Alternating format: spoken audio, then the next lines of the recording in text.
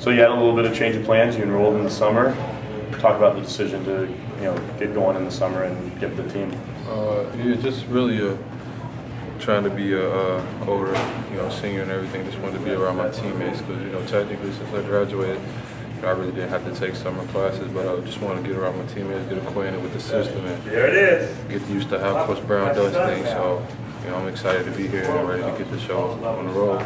Talk about the decision process you went through to arrive at playing for Larry Brown and SMU. It was really a no-brainer. As far as coaching,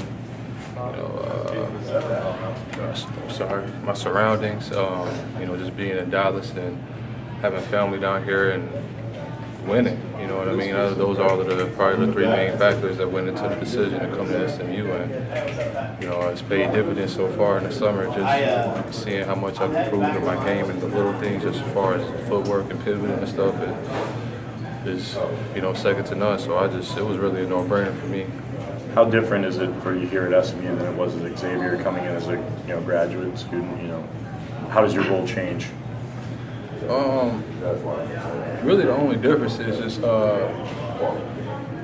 showing the guys who I really am. You know what I mean? Because they haven't had the chance that Xavier had to get to know me for 4 years. So, just being that type of guy, and at the same time, at Xavier, I was also called on to be.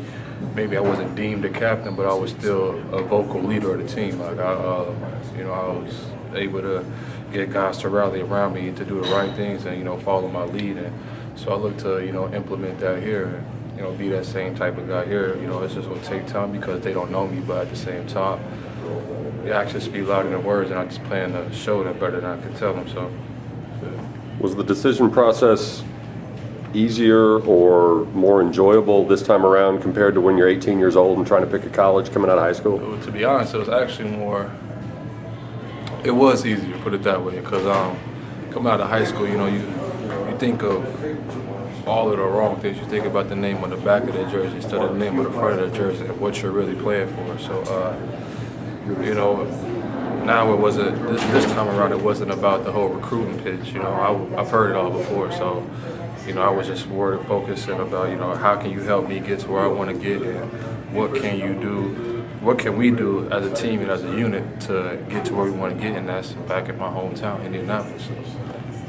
Xavier's obviously a good school, good basketball program. Why transfer at all? Why not do graduate school there? It was really just I wanted to expand the way things are.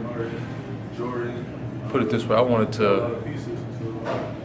What is the word I'm looking for? Really, I wanted a fresh start. To be honest, I wanted a fresh start, and I wanted to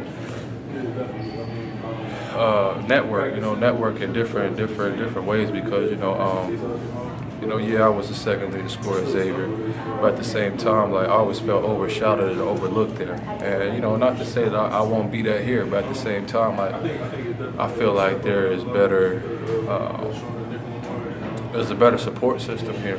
You know what I mean? And that's nothing against Xavier at all. That's nothing against Xavier, but I just feel like Coach Brown and his staff, just from what I've been through already, have put me in a better position to expand my game and to succeed. Not only on the court but off the court. I've had a chance to meet a few people through Coach Brown that are of hierarchy. So it's just been really an eye-opening and a blessed experience because of dealing with a prestigious program as SMU, because you have everybody that's the alumni base here is just it's crazy. So I took everything in the fact I didn't take an 18-year-old. I didn't make an 18-year-old decision. I made a 23-year-old decision to why it's better for me to leave Xavier and finish my last year here. Did the coaches up there try to talk you into staying? Yeah, of course. They try to talk me into staying, but I'm very spiritual, so I prayed about it, and my heart just wasn't at Xavier anymore. My heart was. I didn't know where it was at the time, but once I got my release and I got all the schools to contact me, I followed my heart here. So once you made the decision that it was time to move on, did the Xavier coaches counsel you at all and tell you about Larry Brown, or did they have advice on the schools you were considering? Or did they bail out of the decision process because they wanted you to stay? I will keep that confidential. You know, I don't have any problem with people at Xavier. Like, I love Xavier. They gave me I earned my college degree there, and the people there, and the fans and the alumni, they welcomed me since the time I got there to the time I left. You know, a lot of people were sorry that I left, but at the same time, you know, they were happy that I did what's best for me. And a lot of kids these days, sometimes they have the wrong people in their ear and they listen to the wrong things, and they, like I said, sometimes they play for the name on the back of the jersey instead of the front of the jersey, and you know, as a result, they go down the wrong path. But at the same time, like I said, I'm spiritual, so I just prayed about it and I just followed my heart. Are you glad you still get to see Cincinnati on your schedule? No comment. We're a little late to the party, but I was just curious about your decision to come here for this 5th year at SMU, especially after a nice career at Xavier. Yeah, I just really wanted to expand my network and really get out and experience, you know, more basketball. Not to say that there's nothing against Xavier or anything, but once I made the decision, just you kind of called me at the end. I'm spiritual, so I prayed about it, and you know, God was telling me, like,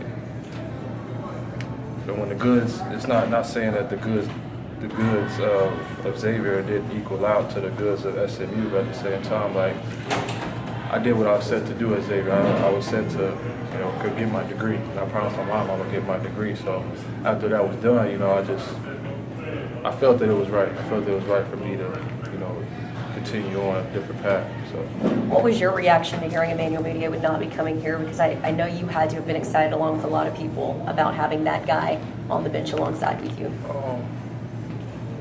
Well, I look at it, I got a different lens of things. I look at a different lens because, you know, I am older, but, you know, you got to deal with adversity all the time, you know. Thanks, appreciate it, Jordan. That's Jordan Torba, guys. You know, I've been dealing with adversity since I've, you know, been playing basketball. So, you know, you can't always bank on things that happen, because just like I wasn't able to play my freshman year, you know, it's a lot of things that happen in the game. You know, NCAA, they do whatever, but at the same time, you know, I understand where he's coming from. His mom's struggling.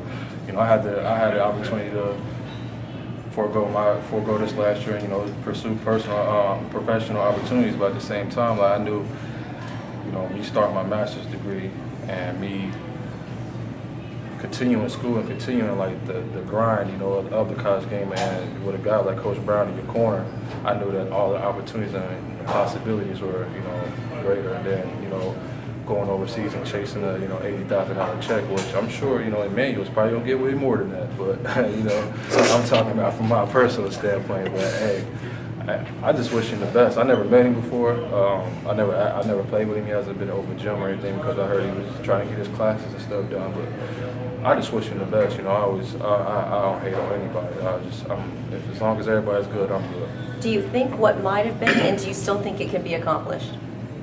Yeah, I wouldn't come here if I didn't think it was to be accomplished. You know, I mean, he was as good as some people are. You know, as freshmen, sophomores, they still have a learning curve. I've already been in the game for 3 years, and so, like, I know what I know can help this team immensely, and I know that the effort that I give will help this team immensely. So, you know, one player down, you know, it might hurt us in the point guard position, but at the same time, we have so many other pieces. My fault, man. We have so many other pieces that we can still get to where we want to get to, and I know that's where we want to go back to Indianapolis. So,